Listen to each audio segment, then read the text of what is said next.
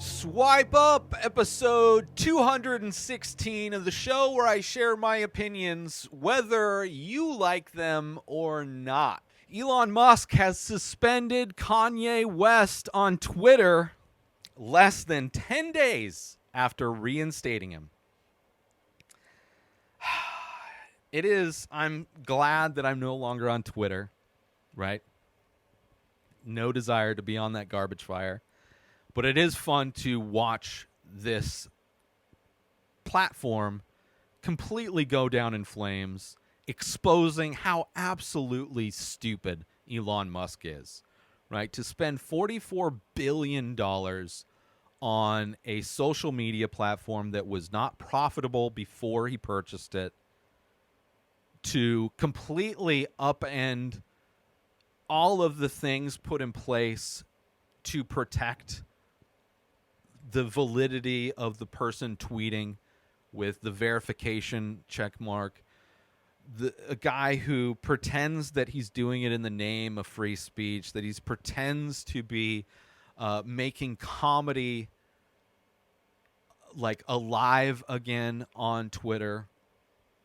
Meanwhile, he banned countless actual professional comedians who were utilizing the fact that the verification check mark was meaningless in order to create parody accounts of Elon Musk, to make fun of Elon Musk, to show what parody is, to show Elon what comedy is, and for him to instantly ban all of those accounts, instantly kind of contradicting the whole statement of comedy is alive again on Twitter, literally banning comedians for making fun of him, of his precious ego. But also, he's taken a lot of pride in bringing these hate speech people back, like Kanye, like the Tate guy, like Trump, right? All these people who are banned for hate speech, for pushing misinformation, these people who are using this platform for evil, for bad. And how fast? I mean, Kanye West's descent into madness it's almost funny to see what will survive longer, right? Which will crash and burn and die sooner, right?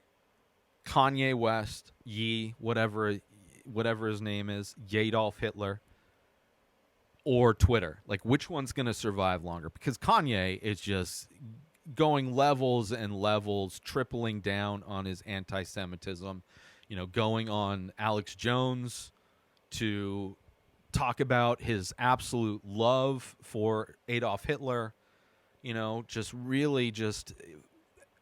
Alex Jones giving his hate speech platform to some of the worst hate speech that resulted in like horrible genocide, right? And then you're seeing these people like Dave Chappelle play it off like it's no big thing, right? You're really seeing a lot of people show their true colors.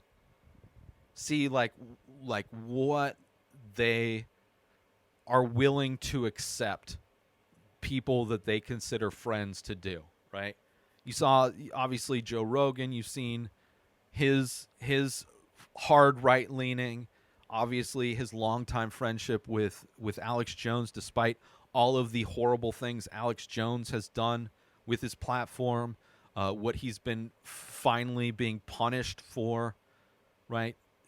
Like making excuses for these horrible people, like just labeling their horrible actions as comedy, right? These are people that view hate speech, racism, misogyny, homophobia, those flavors of hate speech, they all consider to be comedy, right? And their whole war is wanting to be able to continue saying those things, despite society having different ideas of how we should treat each other. And they're angry They want to go back into a time where they can use racism and misogyny and homophobia as shortcuts to actually writing a joke. Right? There's plenty of comedians that are hilarious that don't need the crutch of racism. They don't need the crutch of homophobia, right? They're not spewing hack hate speech that you would hear middle schoolers say in the 90s on basketball courts. Specifically, I heard plenty of the things that they label as comedy no different than the words said by a middle schooler trying to get a rise out of their opponent. Right? But these are professional comedians that love that crutch. They love that hack, that shortcut to make jokes based on hate speech. Right? And they found that right-wing audiences still love that kind of comedy, and they're angry that other parts of society don't find it funny and find it like aggressive and hurtful, and leads those people to be demonized, leads those people to unalive themselves. Like, we understand society so much more. And these people just don't want to grow. They don't want to evolve. They don't actually want to take the time to write jokes. They want these shortcuts to use hate speech to be funny.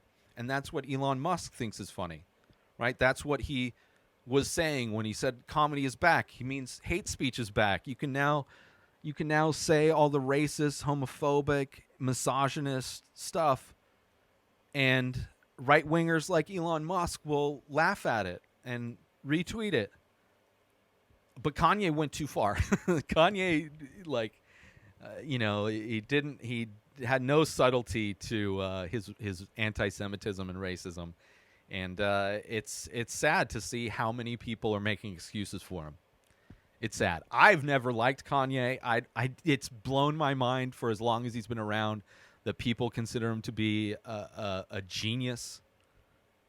He's always seemed like, aside from after Hurricane Katrina, when he said President Bush doesn't care about black people, right? The type of Kanye that exists today is light years past. Like George Bush would probably go on TV and say Kanye doesn't believe in or doesn't like black people or doesn't care about black people.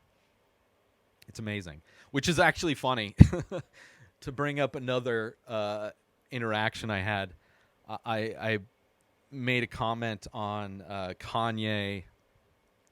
I don't remember what it was about Kanye.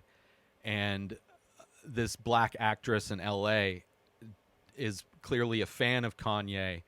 And she said that she loves the moves that he's making and wish more men made those moves, and that black people were the original Jewish people.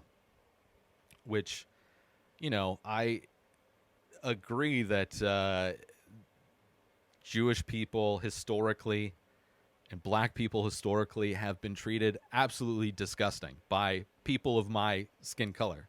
I'm well aware of that.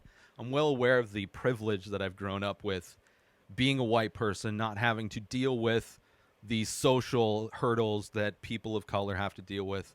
And I have no idea what it's like for people of my family and my race or whatever, my background, being slaughtered, right? Grouped together, put in concentration camps, and genocided out of existence.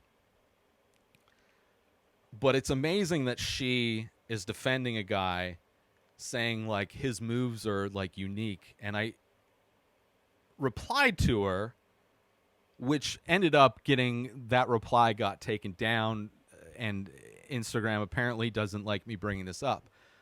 But I reminded her that men have been making moves like Kanye forever. They just wear white hoods or have swastikas on their arm.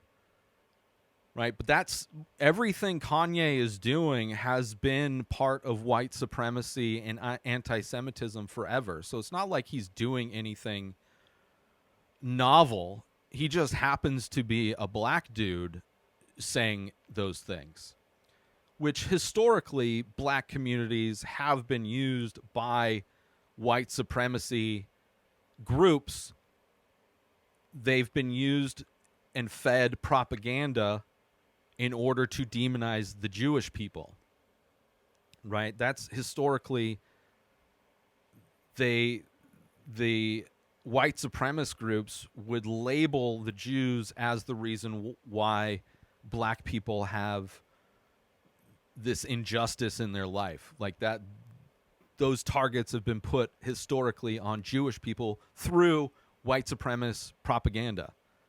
So what Kanye's doing is just being vocal about propaganda that's been around, that's been disseminated by white supremacist groups for a long time, right?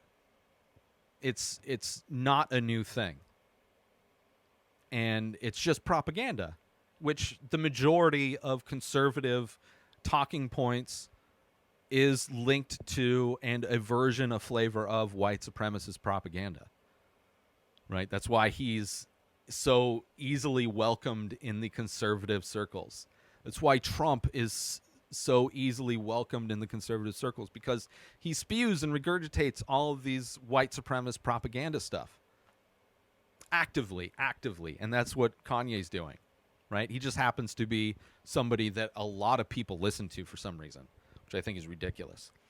So yeah, just another failure in Elon Musk's inability to turn a failing business into a worse failing business. And I'm sure what he's doing in some way will allow him to save money in taxes.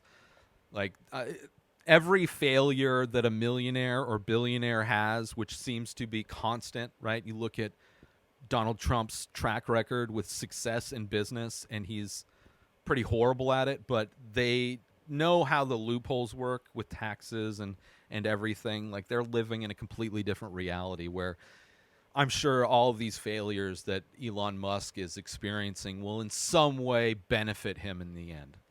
And that's just how ridiculous our society is. Most importantly, shout out to you. New episodes of The Ray Taylor Show come out every single day. Subscribe on YouTube and everywhere our podcasts are found. Binge the full week over at inspireddisorder.com/plus. Buy Ray Taylor Show merch over at inspireddisorder.com. Have a wonderful day, everybody. Peace out! Today is the day where you wake up and you realize that everything that you've been dreaming about, everything that you've been wanting, every goal and wish and hope that you've ever had can become real. Dreams can come true.